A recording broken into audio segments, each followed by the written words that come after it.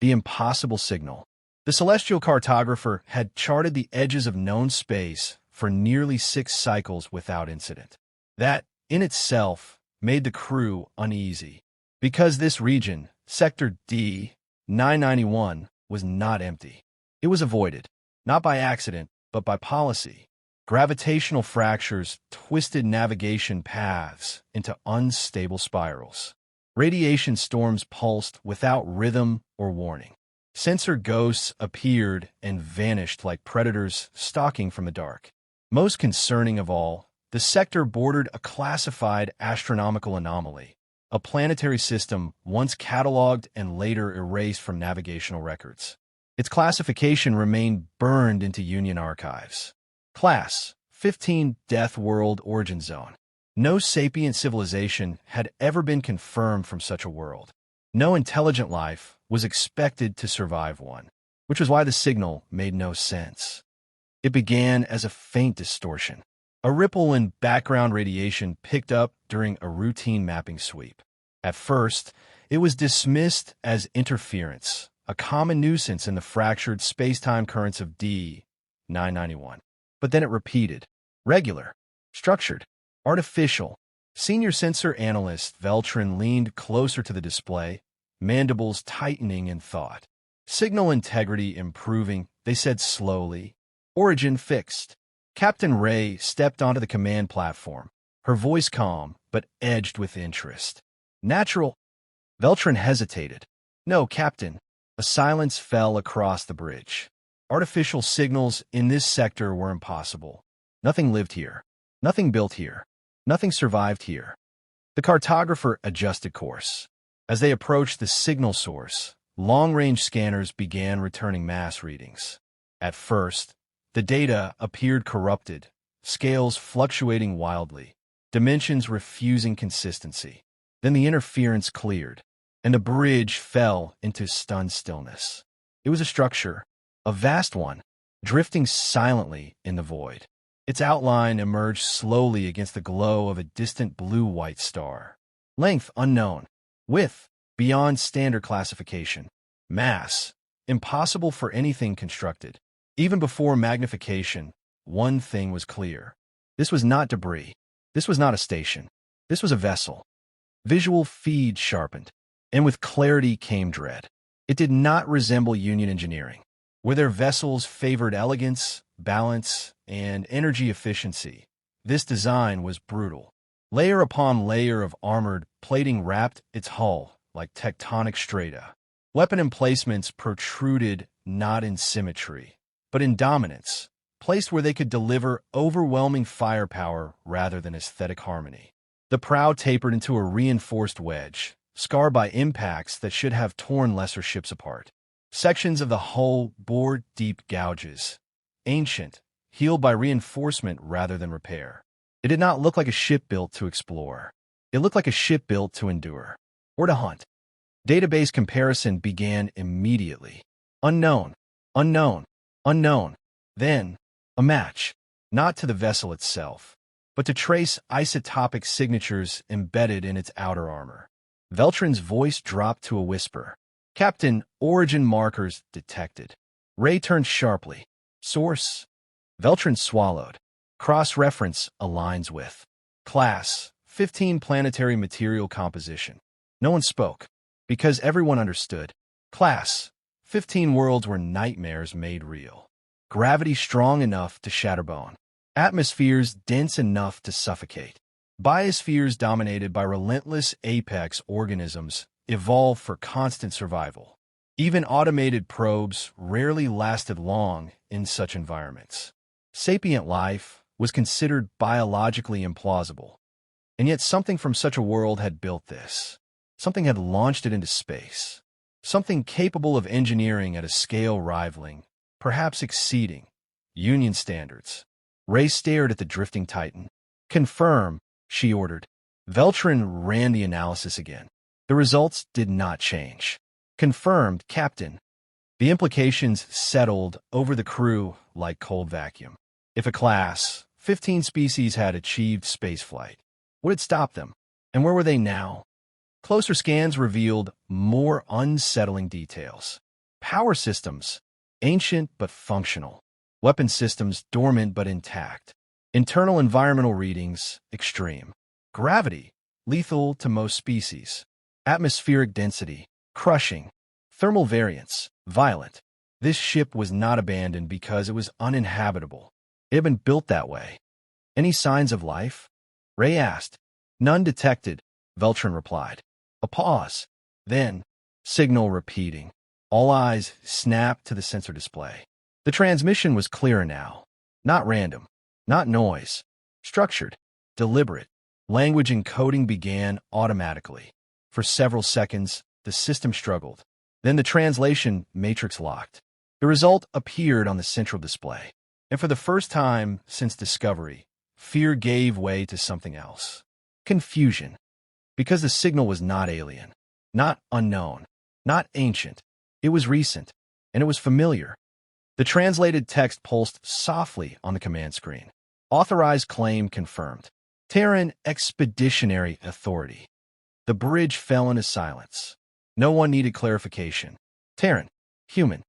Captain Ray stared at the drifting relic, a vessel born of a world no intelligence should survive. A warship forged by Extinction itself, and already claimed by the newest member of the Galactic community. The impossible had just become undeniable. Whatever this vessel was, humanity had reached it first. The claim. The message replayed across the bridge again and again. Each time, it remained unchanged. Authorized claim confirmed. Terran Expeditionary Authority. No distortion. No mistranslation. No error. Captain Ray kept her gaze fixed on the drifting giant outside the viewing screen, as though expecting the words to vanish if she looked away. They are a probationary species, Navigation Officer Thel whispered. Limited expansion. Limited fleet presence. Limited, Veltrin repeated quietly, does not include claiming relics from Class-15 origin zones. Because that was the unspoken truth echoing across the bridge. Humanity was known, but not feared. Catalogued as adaptable, social, resilient, dangerous in persistence, perhaps, but not extreme. Certainly not the kind of species capable of mastering something born from a Deathworld ecosystem. Yet the claim stood, stamped directly into the vessel's broadcast systems. Ray exhaled slowly. Prepare a boarding team. Silence followed. Not disagreement, but disbelief. The cartographer drifted closer. Now the scale of the vessel became overwhelming. Its hull stretched beyond visual limits. A mountain of alloy and layered plating suspended in vacuum. Docking ports were not delicate airlocks. They were armored cavities reinforced for violent entry rather than safe passage. This wasn't designed for visitors, Thel muttered. No, Ray agreed. It was designed for survivors. Approach scans confirmed the signal originated from within the vessel's core structure. Active. Maintained. Not a relic echo. A live system. The boarding shuttle detached. Inside, the Union team remained silent as they crossed the distance. Up close, the vessel's surface revealed scars invisible from afar. Impact craters the size of buildings. Weapon scoring fused into the armor itself. Sections where material had not been repaired, but thickened, as if the solution to damage was simply more ship. They docked. The airlock interface was primitive by Union standards. Mechanical redundancies layered over automated systems. A design philosophy rooted not in elegance, but in refusal to fail. When the hatch opened, the first thing that struck them was weight. Gravity inside was crushing. Emergency stabilizers activated instantly. Even with assistance, movement felt laborious. Environmental match confirmed, Veltrin reported through strained breath. Conditions lethal to most Union species within minutes. Temperature fluctuated subtly. Atmosphere dense, metallic. Breathing felt like pulling air through liquid. And yet, the lighting was active. The systems responsive. The vessel was not dead. It had been changed. Corridors bore signs of modification. Original surfaces were layered with additional structures, crude by Union aesthetics, but effective. Handholds. Reinforced pathways. Pressure-adapted panels. Someone had made this place livable. Not comfortable, livable. Veltrin paused beside a bulkhead. Captain. Ray followed their gaze. Stamped into the metal. Unmistakable. Human script. Not etched delicately. Carved deeply. As if permanence mattered more than appearance. Terran Operations Zone. They moved deeper. Control interfaces revealed similar alterations. Where alien systems once dominated, overlays now existed. Adapters. Converters. Hybridized control logic. Human technology didn't replace the ship's systems. It worked alongside them. Interpreted them. Harnessed them. They didn't gut it, Thel said quietly. They learned it. The signal source lay ahead. A central chamber, likely once a command nexus. Here, the changes were unmistakable. Human equipment.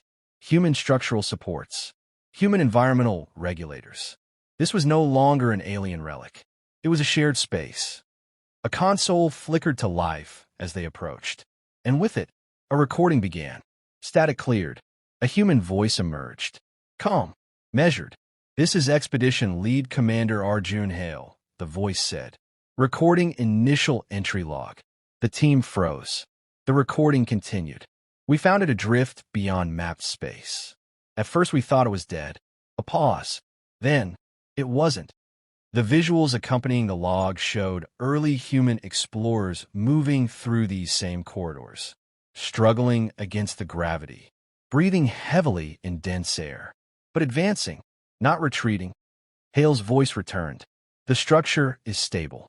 Environmental conditions are extreme, but survivable with adaptation. Another pause, then quieter. This ship isn't abandoned. The recording shifted. New footage.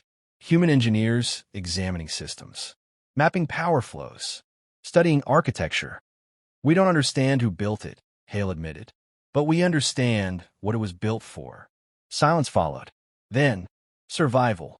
The final portion of the log carried a different tone. Decision. Commitment. We are not destroying it. A faint exhale. We're claiming it. The recording ended. The chamber returned to silence. Veltrin spoke first. They knew what it was. Ray nodded. They chose it anyway. Because that was the realization settling over them now. Humans had not stumbled into this vessel and panicked. They had not sealed it and warned others away.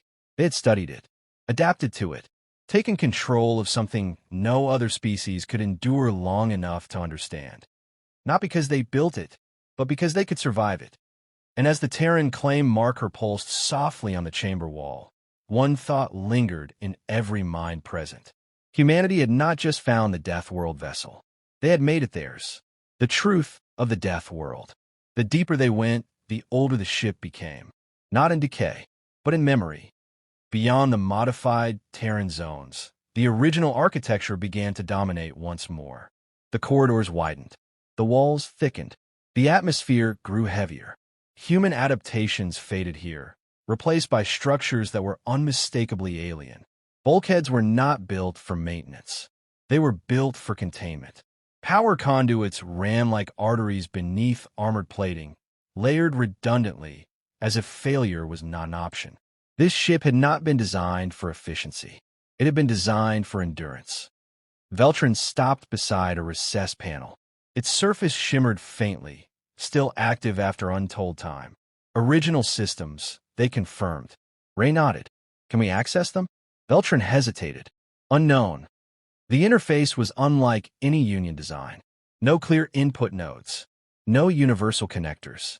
Instead, it responded to proximity. When Veltrin stepped closer, the surface shifted. Patterns emerged. Symbols. Data streams. Ancient. Alien. Alive. Translation algorithms strained. Then, they began to resolve. Not language. Not exactly. But intent. Images flooded the panel. A world appeared. Massive. Storm-racked. Violent. Gravity readings spiked beyond tolerable thresholds. Atmospheric pressure registered in lethal ranges. The biosphere mapping followed. Predators. Everywhere. Dominant. Relentless. Survival curves showed staggering mortality rates across all life stages. Evolution here was not gentle. It was war. Class Class-15 confirmed, Veltrin whispered. More images followed. Structures rising from hostile terrain. Not delicate towers. Fortresses, buried deep, shielded against environment as much as enemy. Technology emerging not from abundance, but necessity. Civilization here had not grown because life was easy. It had grown because extinction was constant. The data shifted again. Now the ship appeared, not as they saw it now, but whole, new, forged from materials mined under impossible conditions, constructed not for conquest, but survival, a mobile ecosystem, a refuge, a weapon only if needed. Evacuation vessel, Fell murmured. But then, the images darkened. Star maps appeared. Hostile vectors. Incoming forces. Not environmental. External. Something had found them. Something stronger. The data showed desperate expansion. More ships. More defenses. All built under time pressure. All built to last. But not to win. They were running, Veltrin realized. The final sequence confirmed it. Their world burned. Not for natural disaster, but invasion. The Deathworld civilization had not destroyed itself. It had been hunted. Silence fell across the chamber. Because this ship was not a relic of triumph. It was a relic of escape. Ray studied the data. They built this to survive extinction. Veltrin nodded slowly. And they failed. But not immediately. The logs revealed something else. The ship had functioned. For years. Perhaps decades. Carrying its creators beyond their dying system. Enduring. Fighting. Adapting. Until nothing. The data ended. No final message. No record of defeat. Only silence. They made it this far, Thel said quietly. Further than anyone expected. Ray turned to the Terran-modified sections visible in the distance. And humans lived here. Veltrin followed her gaze. Understanding dawning. Union attempts to study Deathworld relics had always ended the same way. Neural overload. Environmental collapse. Psychological breakdown. Even automated systems failed under the strain of hostile design logic. Because these constructs were built by beings shaped by constant danger. Adapted to endure extremes. Humans should have failed too. Their homeworld did not qualify as Class 15. Earth's gravity was survivable. Its biosphere balanced. Its conditions harsh at times, but not catastrophic. And yet, they endured this place. Veltrin accessed the Terran logs again. Buried within was an analysis file. Human, clinical, direct, comparative evolutionary models. Earth versus Class 15 biosphere. Shared traits highlighted. Persistence hunting. Environmental flexibility. Social survival strategies. Psychological tolerance for stress. Tool-driven adaptation. The conclusion followed. Earth is not a death world, but its life evolved under sustained threat. Predation. Climate instability. Competition. A final line appeared. Close enough. Silence deepened. Because the implication was undeniable. Humans did not conquer this vessel through superiority. They endured it through similarity. They understood survival, not as theory, but as instinct. Further logs revealed their decision. Human leadership had kept the discovery secret, not out of fear, but caution. This ship was not just technology. It was knowledge, a blueprint of how a civilization had fought extinction itself. Instead of weaponizing it, they studied it, learned from it, adapted its principles. The vessel became more than a relic. It became a lesson.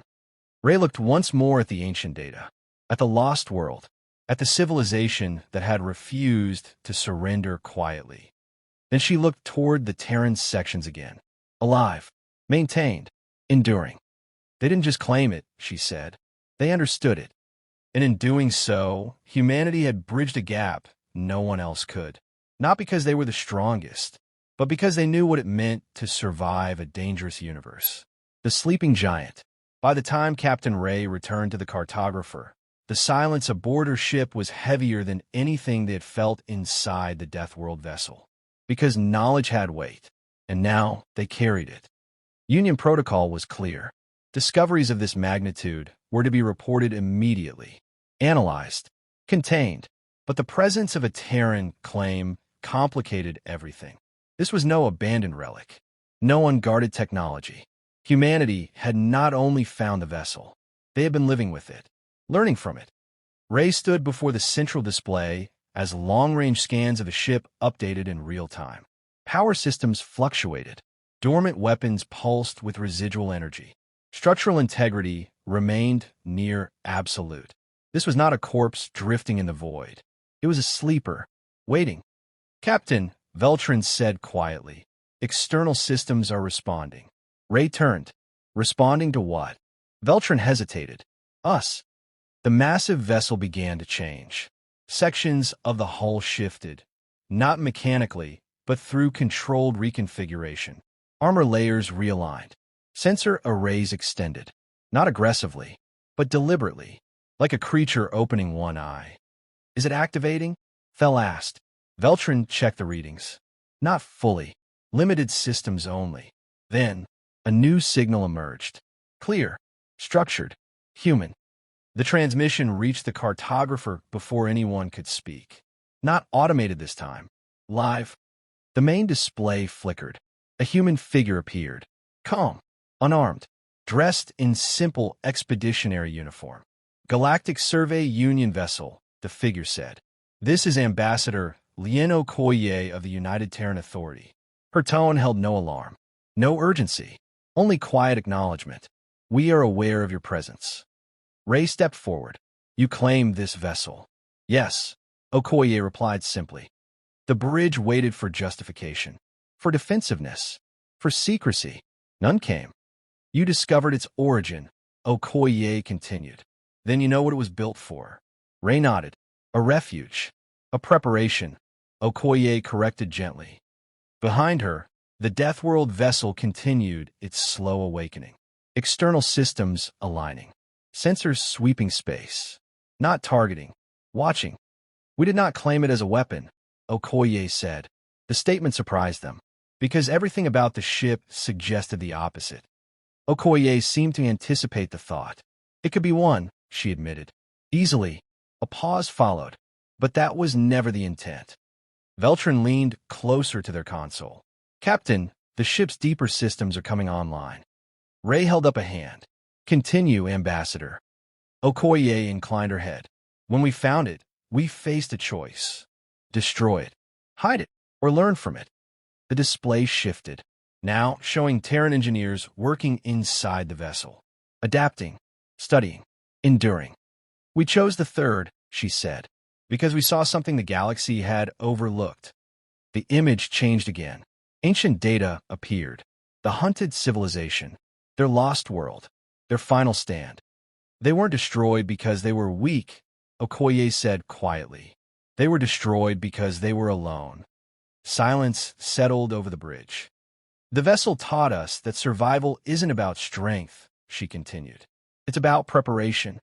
Ray's gaze shifted to the slowly awakening Titan beyond. "And you've been preparing."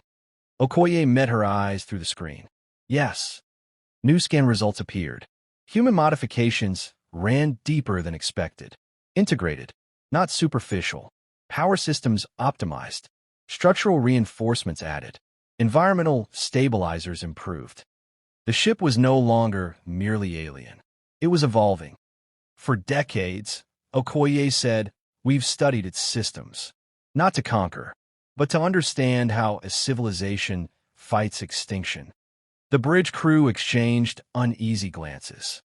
"Because the data you saw," she continued, "it didn't end with their escape." Ray felt a chill. "What do you mean?" Okoye gestured, and the display shifted once more. New star maps appeared. Tracking vectors. Ancient pursuit paths. Still marked. Still known. They were followed, Okoye said.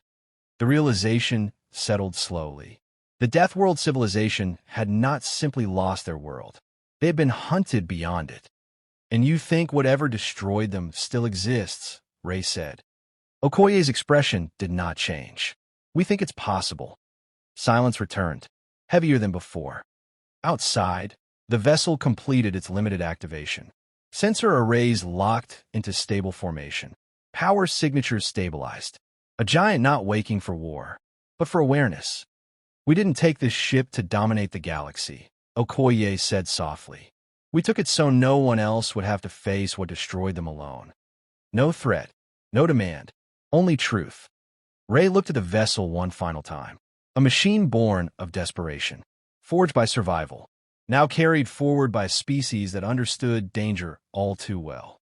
Humanity had not conquered the Deathworld relic. They had listened to its warning. And they were preparing, not to rule, but to endure.